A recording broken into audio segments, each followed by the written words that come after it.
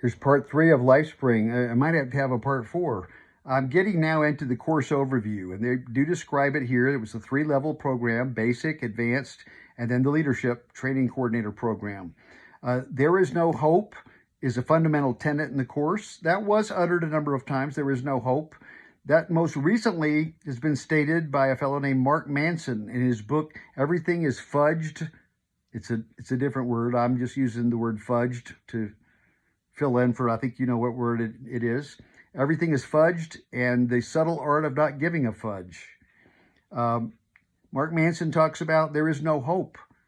And yet, hope is something that we all aspire to have in one sense, and that, it's a paradox, because as soon as we start hoping for something, it's a setup for failure. It's a setup to not achieve what it is we originally wanted to do. And you'll have to listen to Mark Manson's books to get the fuller explanation why that is. But I kind of agree. Hope is something that we all have within our heart in terms of like a desire, you might say, or wanting something. But when you put all your money on the idea of hoping something's going to happen, it doesn't get it done. It requires action and a recognition that it takes more than just hoping for anything good to come about in the world. Hoping just really alone isn't going to accomplish anything. It says basically graduates were eager to share their experiences. That's very true. I was. There was no compensation for assisting or enrolling other in the workshops. That's true. And it says another study said the merging grandiosity and identity confusion that has been encouraged and then exploited in the training in order to control participants is now used to tie them to Lifespring in the future by enrolling them. I don't know. That's a little convoluted. I don't agree with that.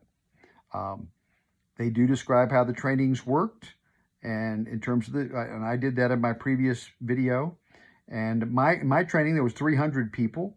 Some of them were smaller. It says about half the people went on to advanced trainings. And that there were, as it says, lectures and experiential processes talking about life situations. Basically, here's the thing.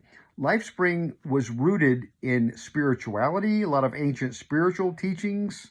It was also rooted a lot in psychology of the day, which, of course, now 40 years later has hopefully progressed. I believe it has. They talk about commitment in the training a lot.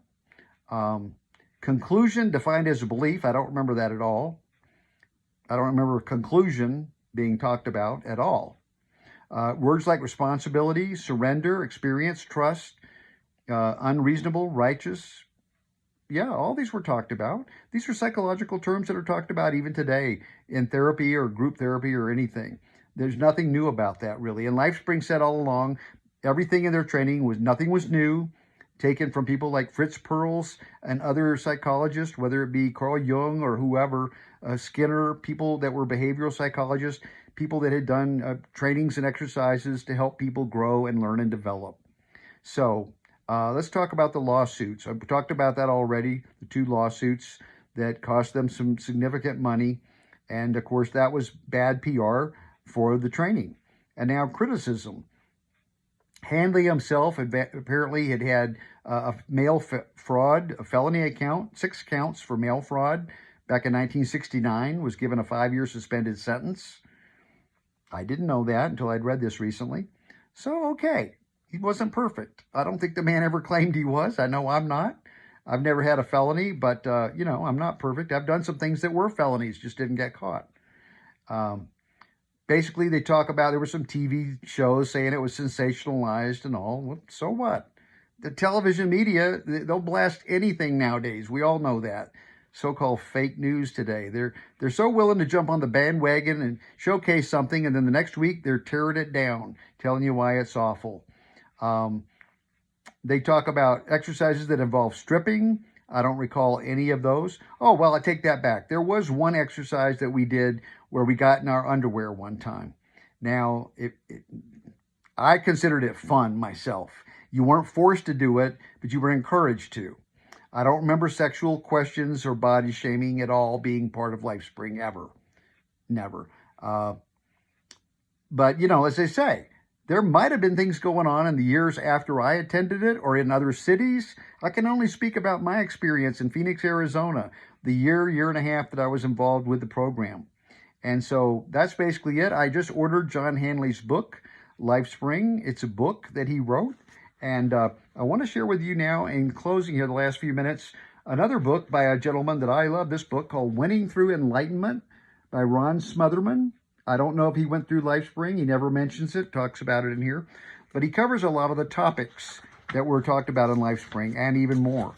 And some of the ones I want to highlight that he talks about in his book that are just wonderful things for us all to read and know and learn about to have a better quality life are how we make judgments all the time about others and ourselves, how we operate from certain belief systems. That's talked about a lot in Lifespring. How belief systems can work for you. We all operate with them to some degree. How they can also work against us. Drama, how we create drama in our life. Many of us do it on a regular basis. How that can work against us. Guilt, does that serve us? Jealousy, polarities of the mind. Trying is talked about in Lifespring. How we try to do things. And there's no such thing as trying. I mean, you say you try. What does that mean? The example they would give in Lifespring is try to pick up that pencil. And as soon as the person picked it up, he would say, no, put it back down. I didn't say pick it up. I said try. And so when they try, trying's like getting so close, but not doing it.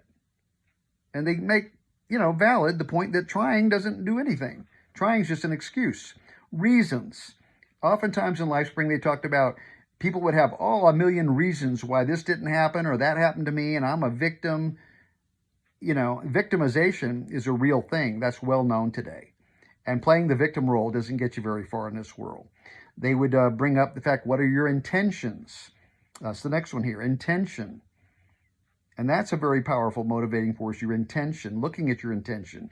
Do you have your results or your reasons, your excuses? Trying to be a perfectionist, dealing with reality, how we can create illness and diseases from a psychosomatic standpoint. Literally, the mind is so powerful. People can actually produce illness in their body or wellness. And, that's discussed a little bit. Responsibility was a big topic, and accountability were discussed a lot. There were exercises on those values too. Enlightenment wasn't talked about a lot. Acceptance was surrender and acceptance to what is. You hear Eckhart Tolle talk about that all the time. And many spiritual teachers from the traditions of Buddhism, yoga, Hinduism, I think even more today in Christianity. Acceptance and surrender to what is happening right now, not what you want to be, what you wish to be. Agreements were discussed quite a bit. Problems, how we have a problem, or is it a situation that needs to be addressed and worked on? Or do we create a problem? How we create problems in our lives and how they wear us down. Commitment was discussed a lot, and the value of commitment, what it means to be 99.9% committed versus 100% committed. Holding back a little bit in your commitment, 80% committed. How committed are you in your relationships, your career, to your things that you say are important in your life?